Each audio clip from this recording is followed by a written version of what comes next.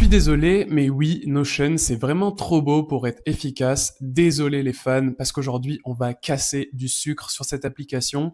On va parler de tous ses défauts, mais surtout d'un problème sous-jacent à cette application et à beaucoup d'autres applications de productivité que j'ai pu essayer, que beaucoup de gens utilisent encore au quotidien. Car oui, il existe un phénomène de fond qui nous ravage quasiment tous.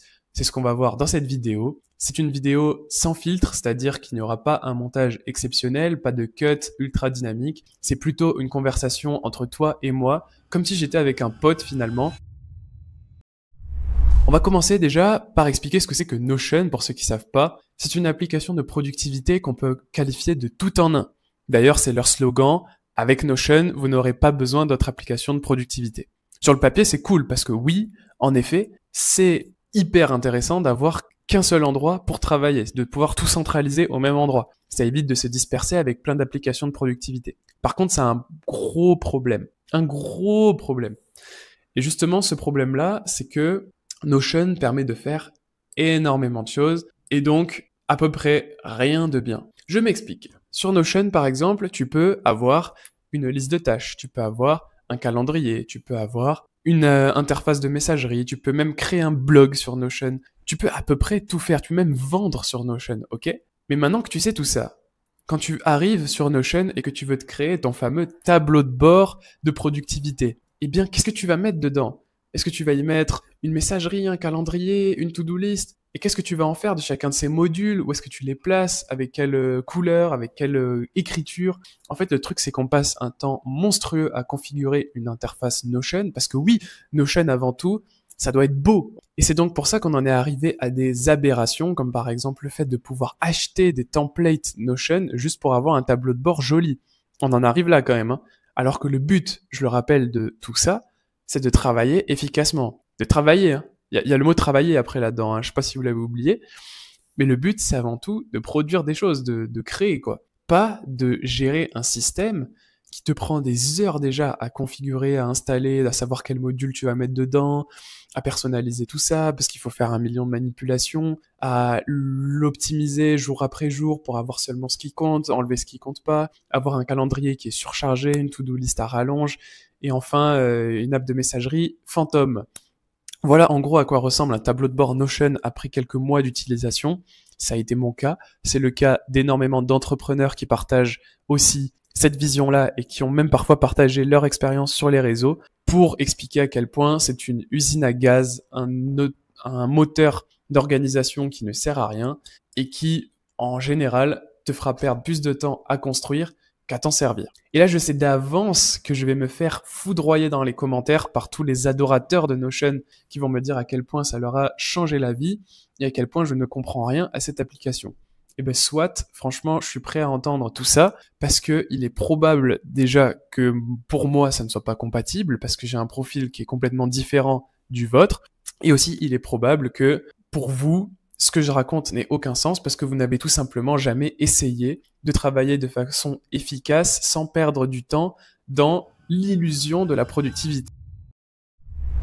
En fait, c'est quoi que j'appelle l'illusion de la productivité? C'est un piège caché derrière tous ces outils soi-disant révolutionnaires.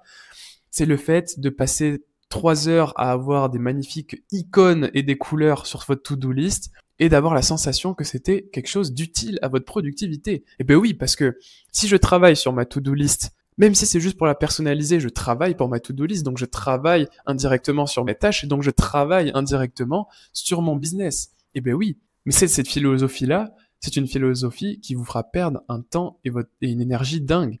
Et c'est très malheureux parce qu'on le retrouve énormément et tous les entrepreneurs, je le redis une 3e fois, tous les entrepreneurs font cette erreur. Moi le premier. Tous les entrepreneurs perdent du temps sur des tâches qu'on pourrait qualifier de secondaires. Parce que en ayant la tête dans le guidon dans notre activité, il est normal qu'on se détourne de la priorité, des priorités en fait. Et c'est pas grave, en réalité, c'est pas si grave. Parce que on peut facilement se réaligner sur ce qui compte vraiment, et ce petit moment où on a travaillé sur une tâche un peu moins importante pourra peut-être nous servir plus tard, parce qu'il faut bien la faire cette tâche quand même un jour. Mais bon, si tu passes tout ton temps à travailler sur des tâches secondaires, au lieu de prioriser au moins, on va dire 80% du temps sur les tâches prioritaires, tu ne respectes donc plus la loi de Pareto, qui consiste à dire que 20% de tes tâches te rapportent 80% de tes résultats. Ce que je veux dire par là, c'est que dans un monde où la priorité devrait être donnée à la recherche du less but better, du moins mais mieux, Notion est exactement là pour te détourner de l'efficacité minimaliste, de ce qui compte vraiment, du minimum vital pour atteindre ton objectif. Finalement, c'est bien de construire un système qui te donne envie de travailler, qui soit beau, esthétique, etc. C'est bien parce que pour beaucoup de monde, si Notion n'était pas là, il ne se serait pas mis au travail. Il n'aurait pas osé se lancer, ou tout simplement, il n'aurait pas été motivé à retourner au travail parce que l'interface n'est pas belle et parce que simplement, c'est pas organisé, propre, structuré, tout ce que vous voulez. Donc oui, Notion a cet avantage-là, pour beaucoup de monde, d'inciter à aller au travail. Mais si, comment dire, mais si ça incite seulement à rendre ton système encore plus sympa, ben en fait, c'est un cercle vicieux. Tu crées un système pour t'en servir, mais finalement, tu te sers de ce temps-là que tu as gagné pour travailler à améliorer ton système. En fait, c'est une boucle qui n'a juste aucun sens. Rien que la phrase, d'ailleurs, n'a aucun sens. Je suis certain que chercher l'outil miracle prouve un manque de clarté sur ce que vous voulez vraiment. Quand tu sais que tu veux vraiment atteindre ton objectif, alors tu n'as pas passé 150 ans à chercher un outil miracle, parce que si tu sais exactement ce que tu veux, alors l'outil nécessaire pour atteindre ton résultat va te venir quasiment immédiatement. Ça va être naturel. Si tu veux faire un feu, tu sais très bien que l'outil adapté sera un briquet, une flamme ou j'en sais rien. Mais par contre, si tu sais pas vraiment ce que tu veux faire, eh bien, il y a de fortes chances que tu ailles d'abord explorer l'inventaire des outils qui existent. Et je le sais parce que j'ai fait cette erreur. Tout ce que je raconte depuis tout à l'heure, ce sont des erreurs que j'ai faites et que je ne veux pas que tu reproduises.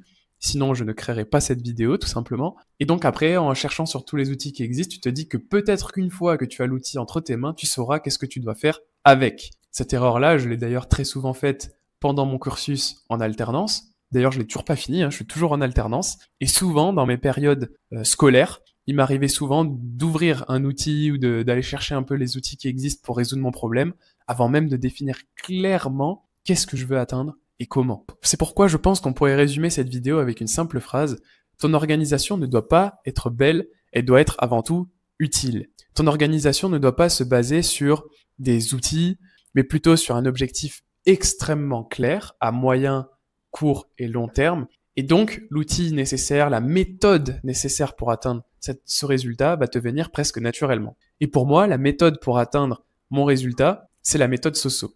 Pourquoi ? Parce que le résultat que je veux atteindre et que quasiment tous les entrepreneurs en réalité veulent atteindre, et ce serait mentir que de dire le contraire, c'est de pouvoir être libre de faire ce qu'on veut. C'est de pouvoir se détacher de l'emprisonnement, on va dire, ou de la contrainte de l'argent pour pouvoir ensuite passer notre temps à développer des projets qui nous ressemblent, passer du temps avec notre famille, passer du temps avec nos proches de manière générale, prendre soin de sa santé, dormir suffisamment, manger bien, tout ça. Contribuer finalement à plein de piliers de notre bonheur, je le rappelle. Pour atteindre cette vie équilibrée, pour pouvoir travailler plus efficacement sans sacrifier ma vie perso, pour moi, il a été évident de construire un programme qui justement correspond à cette vision. Il en existe pas, à ma connaissance. Il existe beaucoup de programmes qui permettent de travailler plus efficacement, par contre au détriment de ta vie perso, parce qu'ils te conseillent de travailler plus et pas de travailler mieux, mais je n'ai pas encore trouvé à ce jour un écosystème permettant de travailler efficacement sans sacrifier sa vie perso. C'est pourquoi je suis en train de le bâtir en ce moment même avec des entrepreneurs, main dans la main avec eux, pour pouvoir profiter de leur réalité d'entrepreneurs, de ce qu'ils vivent vraiment, et de capitaliser sur cette expérience-là pour construire un programme qui leur permet de travailler efficacement sans sacrifier leur vie perso. C'est pourquoi actuellement, je recherche des entrepreneurs débordés, des entrepreneurs qui travaillent beaucoup, mais sans réussir à dégager assez de temps pour leur vie perso. Ces entrepreneurs-là, je sais que je peux les accompagner grâce à mon programme SOSO d'organisation, dont je t'ai mis le lien dans la description. Et justement, si tu veux faire partie des créateurs de ce programme, si tu es un entrepreneur débordé ou au contraire un entrepreneur hyper organisé qui arrive à tout équilibrer, quel que soit ton profil finalement, n'hésite pas à prendre un appel avec moi. Ça se passe dans le premier lien dans la description. Car si tu veux une organisation claire et simple, commence d'abord par une méthode, pas par un outil.